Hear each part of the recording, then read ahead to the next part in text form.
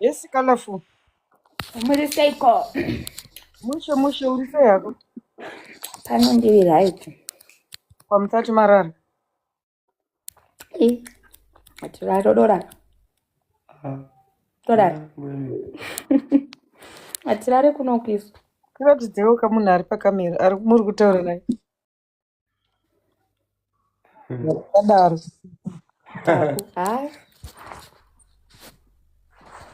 Madi. Ngotiratidzaiwo kana chigunwe zvacho. Chigunwe. Koruoko.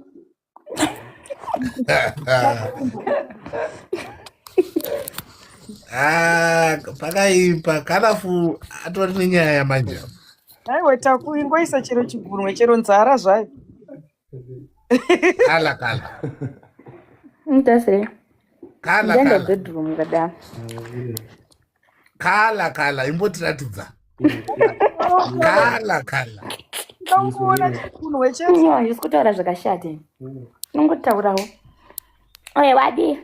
Yes, kala, the colorful one. Chigunwe chete kani.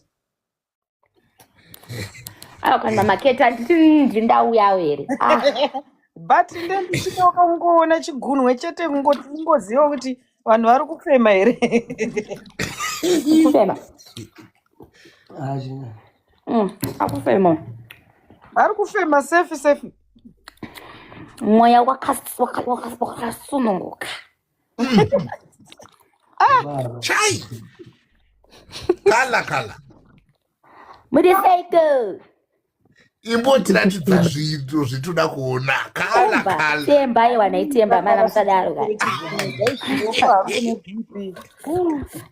Ndotidza kuvhara dhoremba mangu. Pane vamwe vandaiti ndevakaita problem inopera mamangu.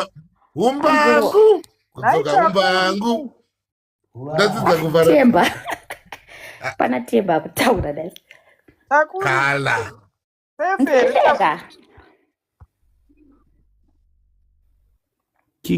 Curiosity cues. Nai. Aiwa mama keti boka ndomisa makusini ndomuisa takupedza life. Alright, asi ndoda kubvunza chete kuti ningirikiri saka zvinhu zvataku tiri kuisa ikoko here kana tiri kuisa kupi?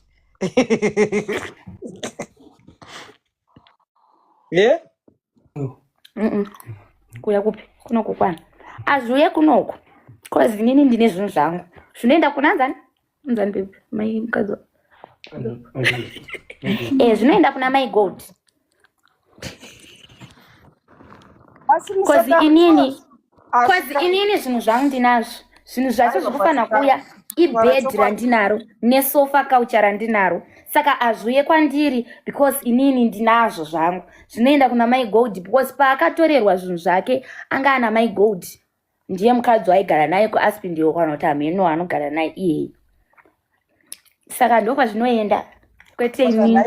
Kala. Saka uri kureva kuti panapa tiri 1.2 tari kuisa vana Toni kusvika vauya panapa nezvinhu. Motadza kungotiwo tingoonawo chero chigunwe chagrenade. Guys, pakureya komana. Musadaro. Takagara kunoko imi muri kutoti baby. Isusu varume vedu varara vakatsamwoko. Havana kuona kana kisi. Motadza kutiradza chero chigunwe zvacho. Ameno munhu anzi murume wemunhu. Kasi kune murume wembwa. Mbomira izvekuti ukakalafu ko imimi vanhu chiko nai. Ini ndoda kuona tsoka imimi. Nai vakutongodotokoja. Sisi ndombrombo moresa kalafu. Ndepi kalafu zvirise? Muri sekwa mukoma drug fire. Ndiri safe ndisingazive kuti kuri sex kwako. Aiwa kuno kuri bo. Ndiri kuona uri kuglowa unoratidza kuti relationship iri kukutirita well. Tikuchengeta kutotadza kuglowerera vamana tichingochengetwa takarara mumba. Serious. Ari safe yake mdara paside hapa. Ari safe. Takura choniso bloda bo. Mna umeona maposta taposta na mumu zake akusimba wala. Chikudzoka chimukoma. No, andi pa maposta unosingakwanisi kuti reply nene munhu kana tunzo kuti ari safe unongoona ucomment. But I'm happy kuti ari right. Izvo zvaripo ari safe zvake. Okay, Kalavai. Chakakosha kunonzwanana guys nekuadvisana zviri right because you know Kalav rudoka pane pamunofana kuzonesana chokwadi. Pane kudanana muchiurayirana future necareer. You get my point? Paripo pamwe pekuti kana mukadanana pota muchiudzana chokwadi. Kuti baba wakubhaisa. Bebi ngatite so. You get my point? Ndoda kuona tsoka. I love you guys kuona imuri right. Wangu uzorore Kalafu. Yeah, papa kwa unyepe waiza tora chokwadi. Asi I want to defend banye kutanzi vanhu vanenge vachiti Kalafu ari kugara naBloti akutengera Bloti dombo nemari naBloti anoita mashows yaanomboita kana ari kunoku. Ndinokwanisa kumutengera dombo sei ndisina kana senti. Tu Bloti wacho arore dombo anga ane mastress ake ezvinhu zvake zvaita go through ende zvazvisinei nechi nemadrugs asi ndakazoshamisika vanhu vachiti Kalafu anoroesa Bloti dombo Bloti racho dombo racho asi anambomuona achirirova ndinaye kana ndinaye anorova mumadhizoni chete. Yeah, but inini hangu izvozvo zvawava kutaura Kalavu I don't know vanozvitaura not inini but inini zvandiri kutaura ndezvoti I am happy kuti iwo uri happy and nemunhu wako muri happy but after maita zvamunoita paripo pamunosvika kuudzana chokwadi kuudza Bloti about inini vandotoziya asi but taraka Kalavu my point I think ndakakutarisa inini uri mwanana even hangu kwandiri uri munin'ina wangu after all social media unofana kuzova nelife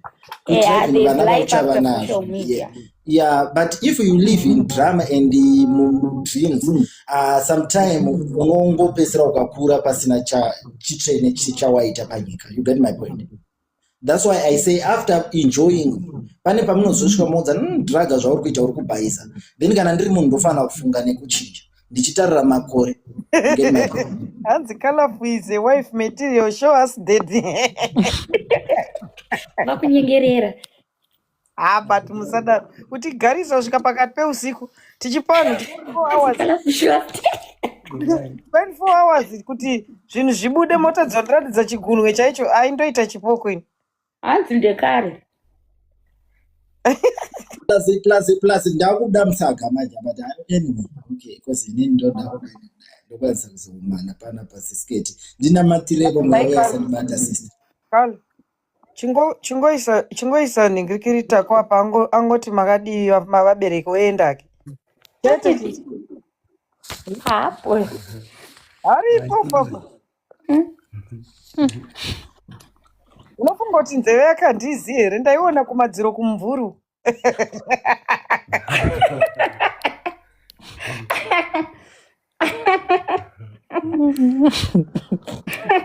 Hanzi zvoni varume vedu varara vakatsamwa tichirwira Bloti muramba utiratidza chero chigunwe kana neni guys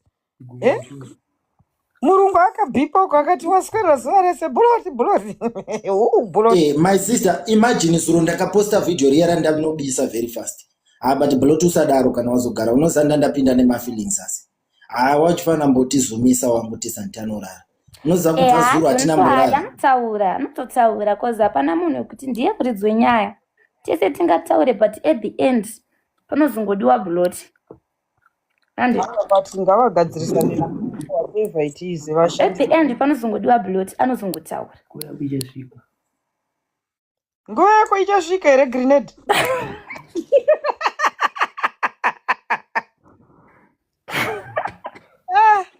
Nguva yangu ichasvika guys. Ndekare hatichakunyengereri zvekukunyengerera ndekare sha. Takazvitadza ndezvekare. Yeah, but honestly hapana pekuti nyaya dzese dzeye tingataure zvedu asi iye at the end of the day ndiye mudzidzi wenyaya ndiye achazotaura nacho tatichonaye yenyu live yatoni zvimwewo zvanga achitaura ndezveshuwa zvimwewo zvanga achitaurawo ndewangu muri kunzwa ka guys zvimwe zvanga achitaurawo toni ndezveshuwa zvimwewo pamwe hazvisi asi anonyanyoziya zvaanenge akaitirwa pamwe naToni kana nevanhu vese ndiiye Bloti. Saka chero tikazouyawo tichida kutaura at the end munhu anosongodiwa munyaya yake muridzwe nyaya anotongofana kutotaura because munhu weshe nyaya yake haisi kuzopera kusvika muridzwe nyaya ataura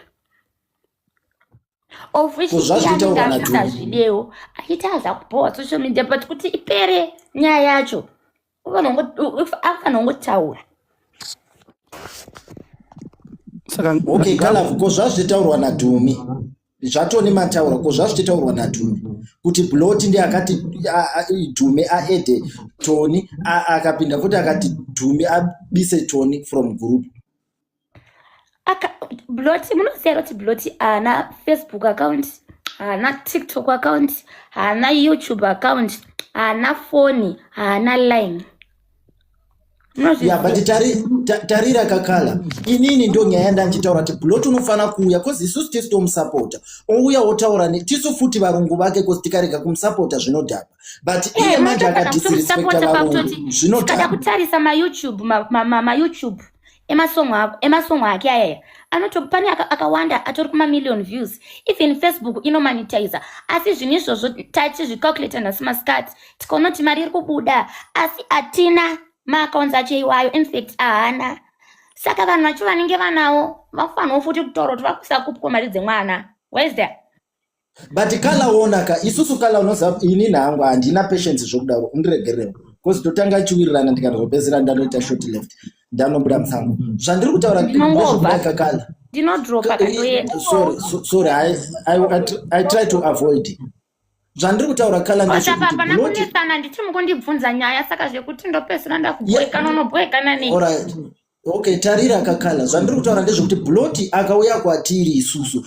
Okay, Bloti tiri kushuvira kuti avhure mapeji ake ari straight tisu takambomfollowa kumapeji yawo aakaitiwa madrama so hatineti kumfollowa follow aiwode waitengi akangovhura mapeji ake vinhasi mangwana chaiko anorarava 10,000 or 20,000 followers ovhura from Facebook, TikTok, every uri kuzvibata Kalavu. Saka Bloti isusu tomusapota whether pakuipa nepakunaka Bloti ndewedu. You get my point?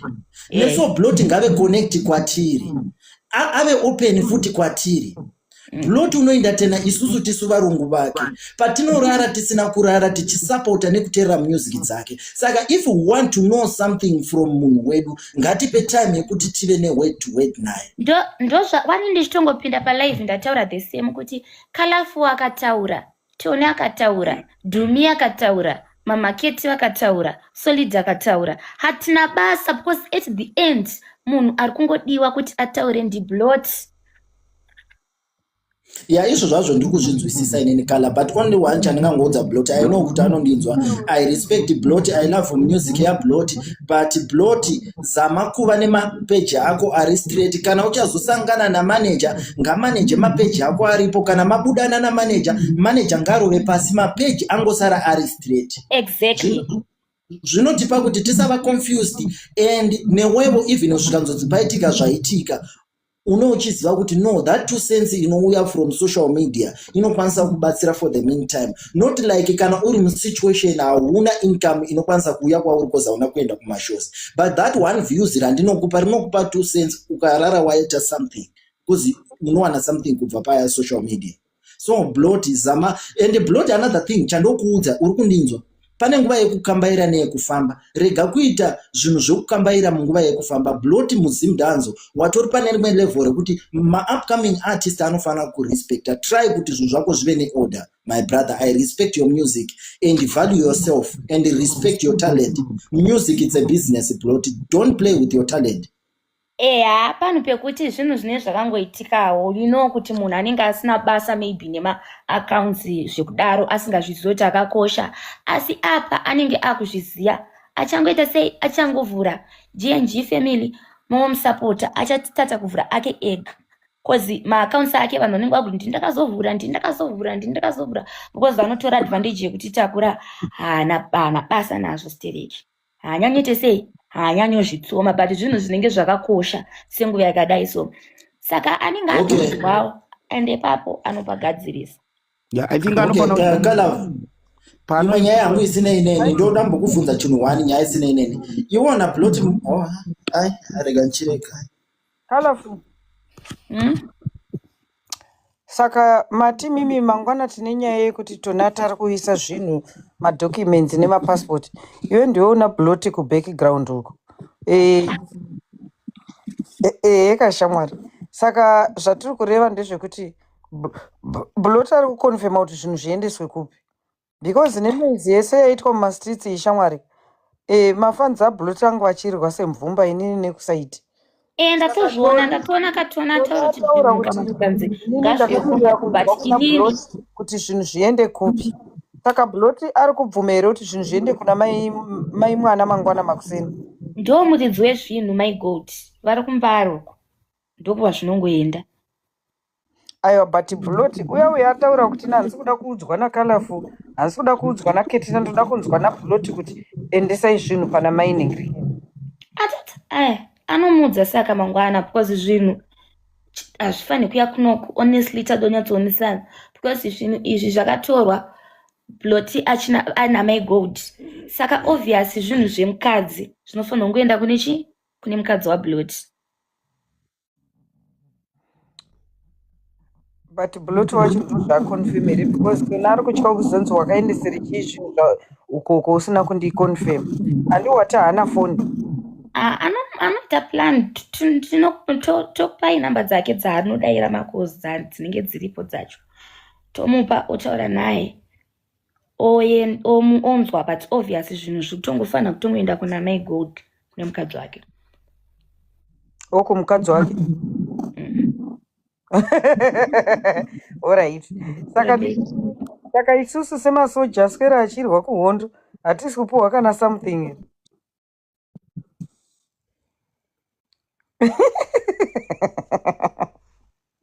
pai namba dzaanofite kufona hatisi kupuhwa kana something here. Ndatisaka izvozvo hatisi kupuhwa kana something here. Anokupai kana musatye. Aiwa something chezvo izvezvi katiwane kurara kungoti mhoresa kungoburitsa kona yenzeve chete. Hanzi tokupai nhamba. Nhamba ite imambotinyemudza tombomirira zvenhamba. Amanai mama Ketina. Yes. Unototaura wane video call ku WhatsApp. But ko vamwe vangu vandinawo panapa vasina video call. Munozongovapa imimi ndo zvenyu manje ndokutembai baba. Because Takura agara achangotaura. Aiwa but Takura ngagashire zvinhu mangwana tipedze nenyaya tichizorora koma tinorambwa nezvikomba zvedu. Imimi muchitana pevi. Aiwa mama Keti magona makatotsi vanhu ndeseni. Vadururi achauya achidurura. Namba dzekufona vanhu anodzwana Tony. Anomufonera oudzwa kwekuendesa zvinhu but zvinhu zvichatongoiswa kunonzi kuchi kumbari kwa my god. Alright, chirega kupisa. Severi.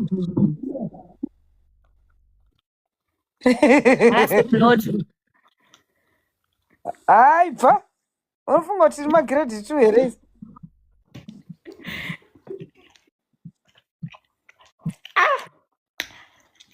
Kashata but tunyaya tupa social media. Anongoya oita zvaudza mafanzi ake zvavasiri kufarira. Kungoti makadii akomana pane vanhu 1500 dzadzisi dza 3 am ikoko here kana kuti 2 am vanhu vanga vachirwa hondo moti nyemudza nedzeze mota Takura ngangoti makadii zvenyu chete obva aendai.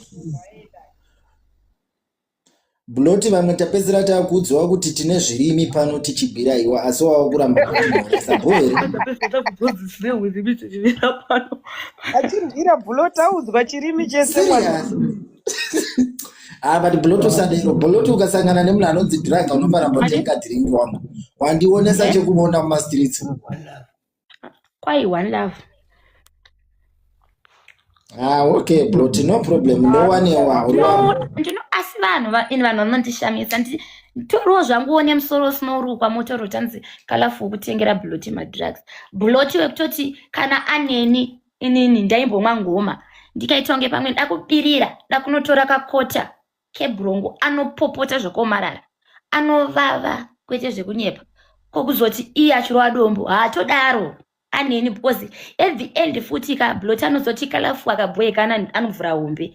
Saka ari pandira domba sanambomona achita achirirova because anozoti Kala akatsamwa anotaura. Waiziya, but sanambomona achirova dombo kana nemistake. Inini chaiye kutonge ndikudomwa ngoma kana kota anovava zvakaomarara. But ingori nyaya kuti social media vanhu vanongotaura afanike ndiri senangu ndajaira nei nazvo asi iye manje atori nestress pakuti zvinhu zvikuitika izvi kubva achinzi atanga music industry asati ambosangana nazvo saka anenge achingorioneka kuita sei nekafaith nekafiye kana nekangungotyawo asi anozongotaura kozi asati ambosangana mumadhirama akadaika asi zviriko anozongotaura rinostresa but ane support shamwari vanhu vese vari palive vachisupport 5 hours vanhu 3000 plus vachimira naye vachisupport vanhu vanomuda chimumhoresawo chiti zvanzi natimani chichaitawo kuti adikewo chiti hanzi natimani pajunction paya pasunside bhururu wako hanzi wakadiiko pajunction apo pasunside Temba hanzi muri seiko mukoma Temba ndiyega akwanisa kumhoreswa ndiri bho wangu tiripo nanaslim dhafu tiriko kujunction kuno takusuwa kaoma vanhu mumire kabasa kenyu kekuti mukaona artist aimbonzi ari kudhakwa akanzi asiya madrugs akaonda mufungoti madrugs vanhu vanenge vachisangana nezvakawanda mulife especially maartist anofira kunzi uri artist asi achimbunyikidzwa Blot yoya boys akaita nguva achirwara Ketina waiziya zvekutoti vhidhiyo rakazopostwa raienda studio pepe aitorwara kana ukanyatsoona kuti aitorwara zvekutodaro aitorwara because ane maausa 2 anobva ati stress waiziya aitorwara ndosvika kuona pani ayo atikazoposta namama wake recent anga atosimba wakazviona kuti kuti munhu unenge wakaremerwa nje saka unenge uchifungisisa kuti hapana zvaunokwanisa kuita wakaremerwa saka unenge une stress saka ndakaona kuti pakatobudawo tunyaya utu akatosunungukawo maunoti akutosimbirirawo anenge akufarawo Blot kuti aiwa inini at least ndakwanisawo kutaura kuti amana andinoona drugs 1 ndikurwara 2 stress usinoondesa satambe nekuti munhu anoda mangoma boys anoita 2 days akarara pasi akangorara right achingomwa mvura achirwara Blot airwara Keti zvekutosakala kubvunza kuti right mukuti hanzi Blot ari kuita wewo Blot waya ari kufamba neclash izvezvi Blot ane mapix ake asina 2 days achifamba nemaclash Blot ane mapix ake asina 2 days achifamba nemaclash kakasa uzoti munhu anofamba nemaclash anenge akaita sei ingari kutaura ndikutaura wani kuti Blot akaita 2 days achirwara zviri serious aitopera simba gumbo rake kuchitsitsino kuya akada kukuvhurira aya nokuratidzai akakwara pasaidi pegumbo pachibhonzo chachi akakwara anotofamba neclash raakapiwa izvezvi zvatoonani atone time achifamba naro takura akaita 2 days Keti akarara achingomwa mvura achirwara ndopaakazodzikira asi achirwara kudaro ndopaakazonorekodha song kwa Mount Zion yekuti gangster ari reruswe kudaro riari akaimba kwa Mount Zion asiri kutofila bow achitorwara zvekutodaro so paakazotaura nawo nehama yake yesimple solid ande kungoramba uchionda takutoita sei akati aiwa inini neni chishiyo ndodipa asi vanhu vanozongoblema vachifunga kuti madrugs sezvo nemboita madrugs saka nenda kutotya kuzvibuditsa nekudzikira kwandaita ndobva vataurana naSolid ndopa akazobuditsa chipost rakapuditsa abuditsa post iroro akabva totangawo kuitawo zviri naniwo haasati akanyatsopora but akuitawo zviri nani pakuti anenge akwanisa kuturura zvinhu zviri pamwoyo pake kune vanhu andi ipapa paasati ahira post akufanira kuchiturura kuti ataure iye vanhu momunzwisisa momupa chance inini ndogara nchitaura kuti boys are Blot haro vedombo Blot Kalafu ngambomira iwe tine mavideos akuona na Blot muchirwa dombo muchenda uchegutu kunzisisa usafungidzira kuti vamwe tine tisingazive nyaya dziri kuitika ukunzisa kusara nezuva ndine mapikisa ako mushenda ukunzisa chimbomira iwewe izvezvizvi hauna bloti iwewe hauna bloti iwe mira bloti ngabuda hauna bloti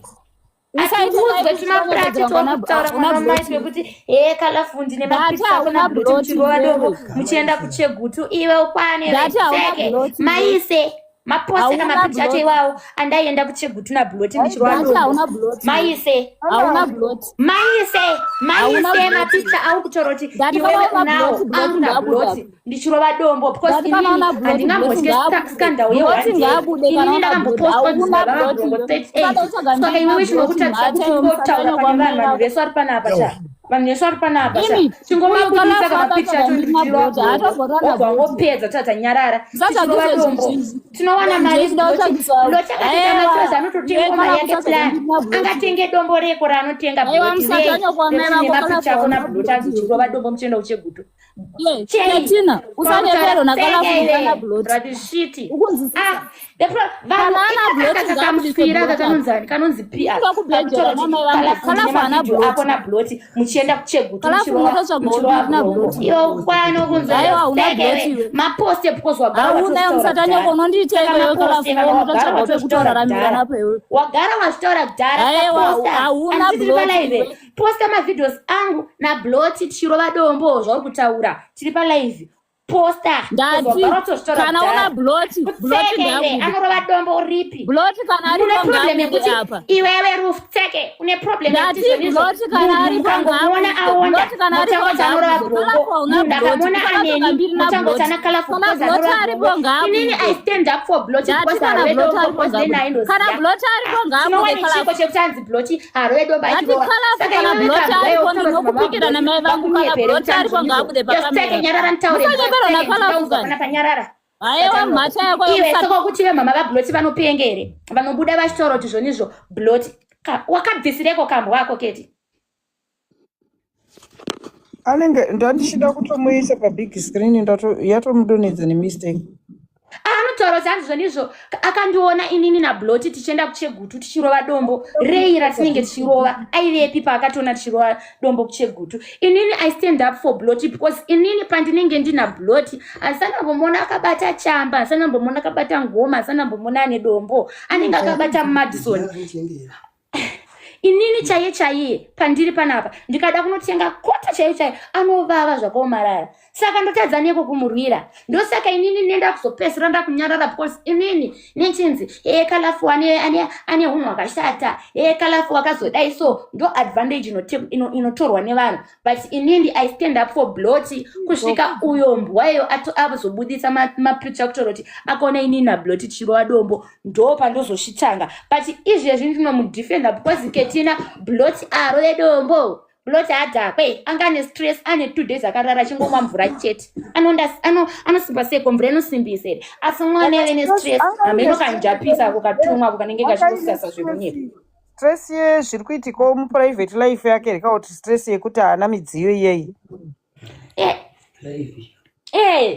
stress yelife Ketisha zvinhu zvakawanda zvinoitika unoziva here kuti masong anoimbwa nabloti aya amunenge muchimba zvinhu zvizhinji zvezviitika mulife make inini bloti anototaura kuti maya vanhu vanenge vachiti ndorova dombo ndini ndotomusimbisa kuti iwangu hazvina basa pakuti inini I know kuti harove dombo anenge atori nestress yekuti vanhu vakudaro futi because munhu akaenda kurihebha akadzoka abva adzikira kudaro takura video riya rakatobuda by mistake because anga ane 2 days akarara asiri kudya Keti achingomwa mvura ane stress yoiza yekuti wana akaenda kurihebhu akazodzoka anga asina chainacho zvinhu zvacho zvainzi akufanira kupiwa zvese vakamutorera kumba kwacho kwaigara anga akirwa door apa anga ane mwana ndiri mudiki maona saka he was going through a lot saka zvinhu zvakadaro hazvitadzise munhu kuita stress saka zvekuzoti bloti ari pandiri zvinei nekunzi ari kurova madrugs ndomuprotecta because nenaye andimuona chirova madrugs bloti anozozoti kalafu dzakadambuka tikanetsana kalafu anotaura saka hambofa kaita mistake iyoyo ari pandiri panyaya yemapeji nai kalafu ndisiroka power bank rangu pachaja foni yangu idodzima ifast charger ndira panyaya yemapeji apinzi mari here orit aiwa mana ndifonzungu dzangu aiwa Ketina ndati kana Kalafu ana Bloti ngauye apa iwewe handiti ndiona here wakatitora mavhidhiyo tiri kuChegutu mate ndati kana Kalafu ana Bloti ngauye pakamera ukumudii Bloti ngauye pakamera kana ana Kalafu iwewe ukumudii naipiwe zhira aiwa iwe usanyepedzeronga naipiwe zhira kanofamba mamuna Bloti newewe kana watumwa taura muna kutuma kwete kuyaakona Bloti zvirova dombo muchienda kuChegutu kumata kwako kwanewewe atinge tichienda kuChegutu kwacho waive une kadrone here kumata kwako iwewe kumata kwako piwe zhira Kanaona Bloti iwewe Bloti ngabude pakamera ndati Bloti ngabude pakamera ndomsiya achitenga dombo seko Bloti ngabude pakamera kanaona Bloti ayo musatanya kweyo Kalafu musoro nenge mai nisingadire kuya pa live because musoro nenge becherere musatanya kweyo ndati Bloti kana aripo ngabude iwe kumata mwana yehura karererwa pachuya chebenzi seke kana iwe aripo ngabude ende iwe unorodzoto unokwana iwe kuzvitongo akapengwa kutoro tine mavhidhiyo inini ndini ndosungwa ndini ndonyura inini usandiprotecte nini inini ndini ndosungwa ndini ndonyura kana iwe utoro kune vhidhiyo rangu ndichirova dombo ndina Bloti riposte because inini ndini ndosungwa usandiprotecte riise kapaa chirova dombo chienda kuChegutu iwe ukucheiko chiriise zvezvivanhu vachiona 1.6 vachiona chaiwa guys Kalafu ari kunyepa ari kudefenda Bloti kuti Bloti anorova dombo Kalafu ndatiyo kanaona Bloti ngabude pakamera Bloti ngabude pakamera kana Bloti aripo kana Bloti aripo pakamera ngabude aiwa musatanyoko mhaniwe urere chinde rajarakuvarwa nematisteseke usandiprotecte inini ndindosunga Bloti aripo ngabude tikutadzisa kuti ungoisa kuti boysokalakuaaaooro tunazvo chii satanyoko kumata kwako mhaniwe nekwamai vako sha tatisina kukwana kana Bloti aripo pakamera ngabude hanzi ndine maproof aBloti naKalafu vachirova dombo yeti iwewe wacho wakadirenga inini ndikutoratidza kukudza kuti macha uchiiaowirirana inini ndirini iwewe manje ndaibva ndatowatisa Kalafu pamberi pevanhu ndobva ndatoisa vhidhiyo raKalafu daidirini iwewe Bloti ngabude pakamera nyaya ipere kanaona Bloti ngabude torotiwo unopisa unokorokoza makamaatisaka chingomaiisa inini chingomaisa mwana wamai ndinyare ndipuruke panapa ndichinyara because inini dai ndirinipika ndetoti Kalafu imatainini ndiri panapa pakudefenda kuti Bloti arove madrugs sezvo zviri zvo zvanandabva arove madrugs arove dombo haite sei anenge achingobhema madfodya saka iwe kumata kwako neputi yako yawinayo sandipotoshonudza nyeti mavhidhiyo tuya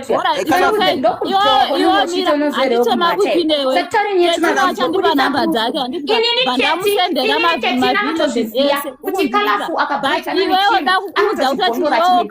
saka iwe wauye panapa uchindituka une proof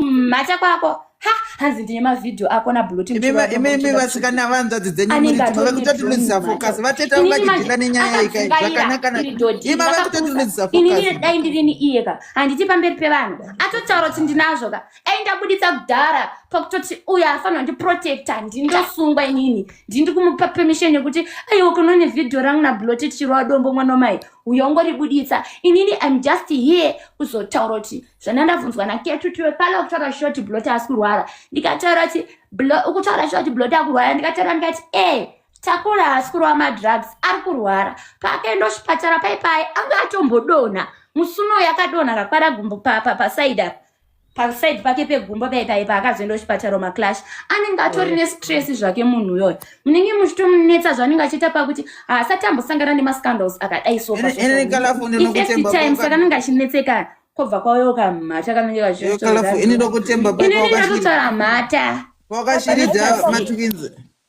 wakashiridza matwinzi zvautaura izvo zvinogona kuva zvechokwadi because matwinzi aukamashiridza mahomeless aenda wakaramba nazvo izvi zvakutaura izvo ndogona kungoagiria newe because hauzobudise unoramba nazvo kuti evidence and you got nothing to prove mufesi wangu ende ndiri kumira newe wakadaro iwe kana uchiziva don't be pushed by people kuita zvinhu zviri mucomfort zone nako guys inini right I respect kuti zvamuri kutaura Kalavu pane mubvunzo wandoda kubvunza muchiri kuenda kuchechi here naBlood kana kuti Blood achiri kuenda kuchechi ikoko kwaimboenda achiri kuenda kwaJose inini handiendi kuchechi kwaJose because handikuna mandi hasanambokuenda aienda ndiBlood asi mazuva ano anoenda kuchechi kwamama wake uko kwaJose hasanambomona hangu achienda kana ndinaye hangu okay andikuziye andikuna mati exchange yangu yandopinda okay I think are you confirm like kuti iwona Blood muri kudana kana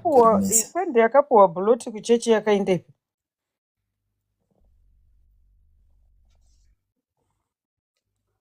takaionero pambe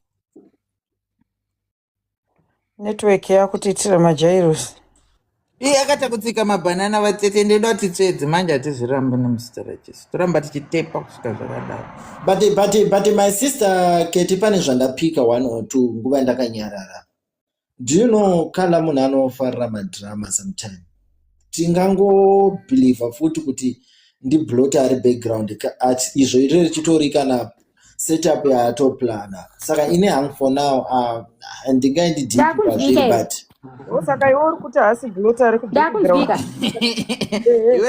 ine ndokwaitaura no guys ndakunzwika here wakunzwika sister ameno munhu anga achindifonera wakunyatsonoti ndiri palive anofona kutaura kuti zvonizo uri kucreata content eBlood asiri my brother no my brother vatete ndiri kunyamba ndawa here handi ndiripo asi ndinotoka zvakanaka Kalafu ndina Blood amboti ndina Blood here Temba ndokumbotaura ma 2 minutes ndiri very fast ndisandadona handiti inini ndisikata family tozana tiri vanhu vari very fair and gaga and to the point zvamaita pana Kalafu apa pazvina kunaka papinda sister vaye vanonzi hanzi Pearson or whatever her name is hazvina kunaka apinda achida kutriga Kalafu kuti chi afose Kalafu kuti atene camera kuti aratidze Blood nina watch Kalafu's live she goes live every other day or every day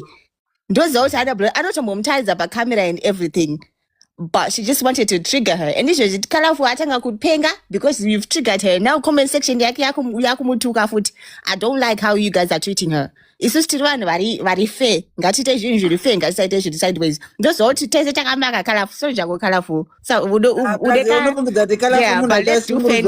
kunaka zvamuri kuda kuita ndatisadaro guys let's be fair no also ndikumuroti musana uyamudzose ngaasendere mavhidhiyo yawo yaati zvona ekucheka kuti wachirova dombo ngaasendere kuwhatsapp kwake tina izvezvi toda kumaona in the next 5 minutes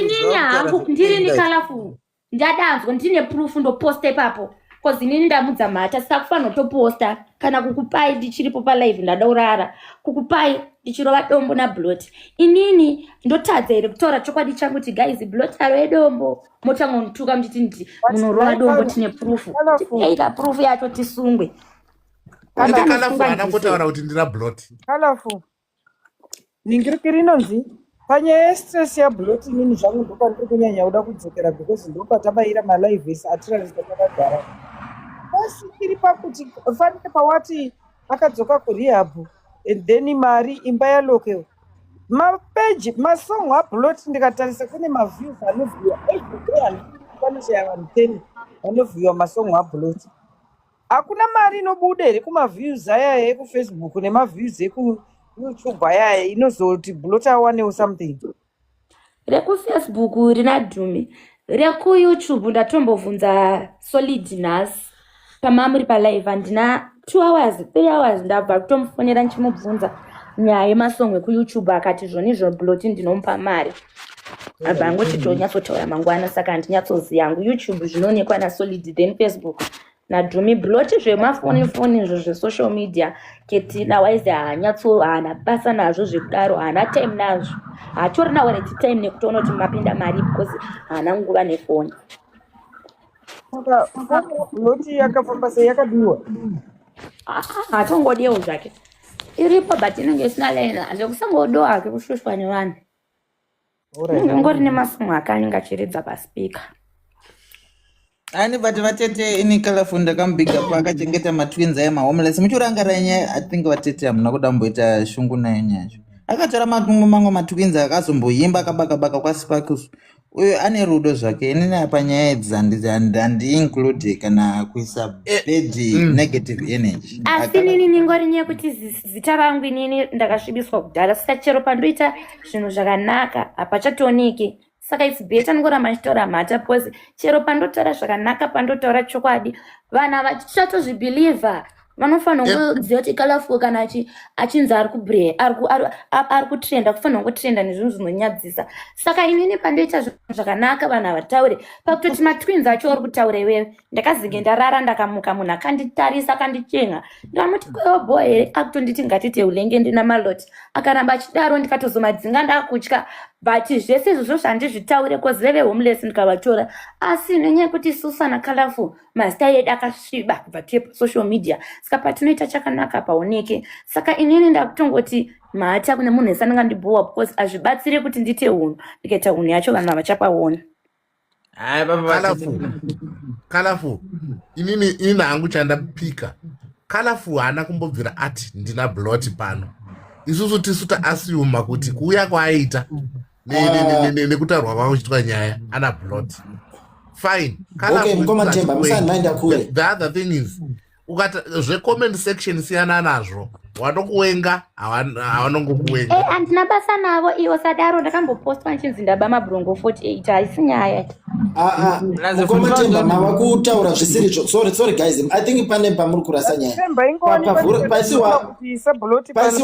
paskrini uyo akadaira nezeze akati nguva ichakwana ndichauya zvikanzi anouya live yavo kunopera so guys don't support Colorful kuti haana Bloti or whatever iye zvaataura ega kuti Bloti achauya ndozvatakangomira kuti aunze Bloti mukoma braga nyama isimirende mune evidence Colorful chingoita magic dzako ikoko because no guys rega ndikudze chokwadi apa kutongodzika mhangu kozi here kana kuti mungori mafriends zvaizvezvi Ketina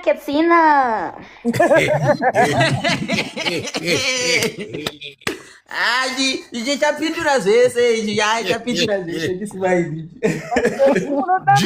kana kuti mungori mafriends wekungoti tozviziva kuti makazivana kudhara but munodanana here varuri kutsva mwana wamai handiti saizvi but inini vatete kana ari Bloti she's in good hands kuna Colorful ini ndoda kutaura shuwa ndinomushira zvakanaka mwana akashingirira nevanhu kubva kune mamwe maartist atinoziva so vakamusvipa mwana endinomunamatira rombo rakanaka ende da kuti pana Bloti zvinhu zvako zvifambe hai iwo chimbomira kutitira makuna palive ari kushingira pana iwo runzo aruda rukutsa kushingira anozani Drake fire ndi Bloti watiri kutaura nezvaye uyu pana ona kunzera kuti rudo rukutsva iwo satengo usave slow nzive iwe Drake fire Colorful unoratidza kuti Bloti unomuda stereki uyo murovese mudhidhi uite mukadzi wake unoratidza kuti unomuda stereki uyo murore wanzwa uyo murore ndononatirwa nayo kudhara I respect sisketi ndi anze Colorful ndimbobvunza sisketi ndi anze Colorful ndimupindure